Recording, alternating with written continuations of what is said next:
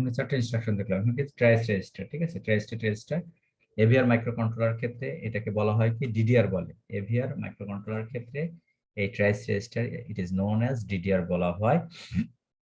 এটা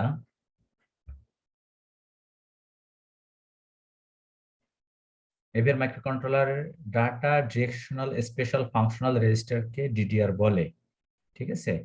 এটা কি করবে, কাজটা হচ্ছে কি ট্রাইস রেজিস্টার ইনপুট আউটপুট চ্যানেলগুলো হ্যান্ডেল করাই হচ্ছে কি ডিডিআর বা ট্রাইস রেজিস্টার কাজ।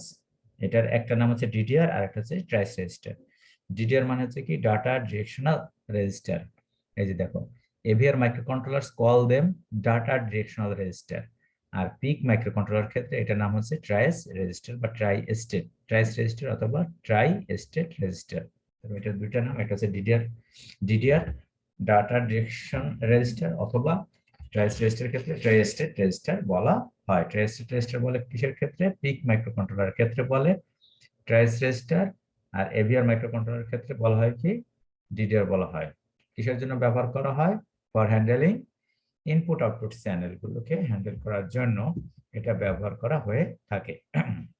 এন্ড এই ট্রাই স্টেটটাকে ইনপুট আউটপুট এবং আর ফ্লোটিং, ঠিক আছে? তিনটা স্টেট কি input output R floating. Microcontroller pins can have three states. একটা ইনপুটের জন্য ব্যবহার করা হয় পিনগুলো, আউটপুটের জন্য, আর একটা হচ্ছে floating. If we want to connect an LED to a pin, অর্থাৎ যখন একটা এলইডি একটা পিনের সাথে সংযুক্ত করতে চাই মাইক্রোকন্ট্রোলার সাথে, তখন পিনটি আমরা ব্যবহার করব আউটপুট হিসাবে।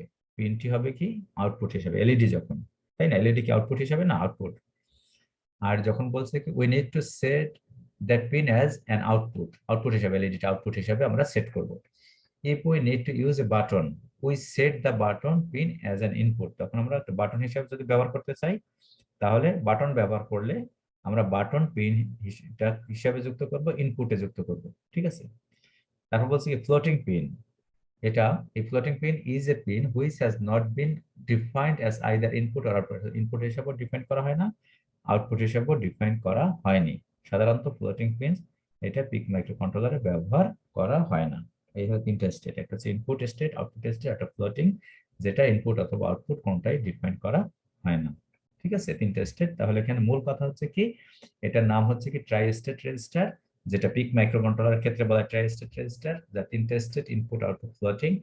আর এভিআর মাইক্রোকন্ট্রোলার ক্ষেত্রে ইট is known as data directional register. এটা হচ্ছে কি ইনপুট আউটপুট চ্যানেলগুলোকে এটা হ্যান্ডেল করার জন্য ব্যবহার করা হয়ে থাকে, ঠিক আছে? এরপরেরটা কি, এটা ছোট টিকা আকারে আসে, ওয়াচ ডগ টাইমার। দেখো কি বলছে, এই ওয়াচ ডগ ডাউন টাইমার অথবা কাউন্ট ডাউন টাইমারও বলা হয় এটাকে। Count down timer, count down টাইমারের একটা এক্সাম্পল দিতে পারো তোমরা? Count down timer,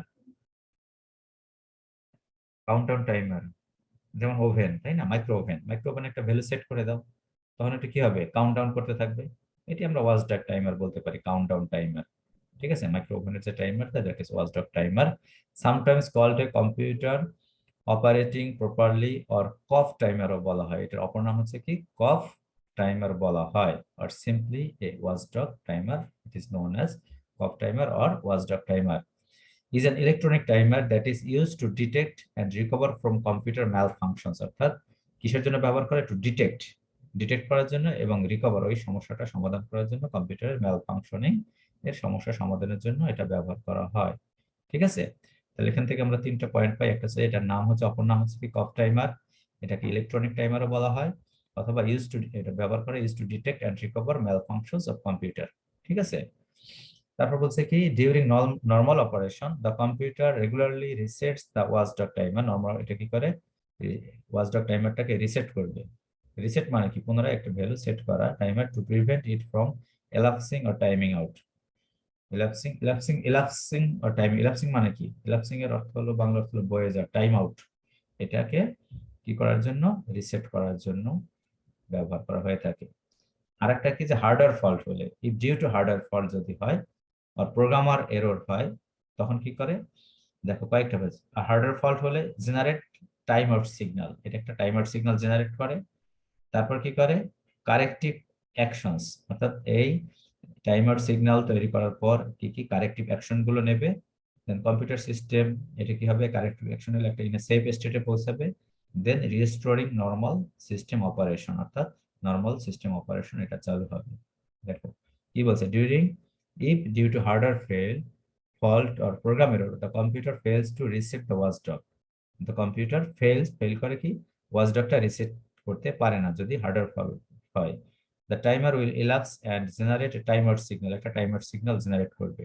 the timer signal কি করবে, is use to initiative corrective action আর কারেক্টিভ অ্যাকশন, ঠিক আছে, আর অ্যাকশনস।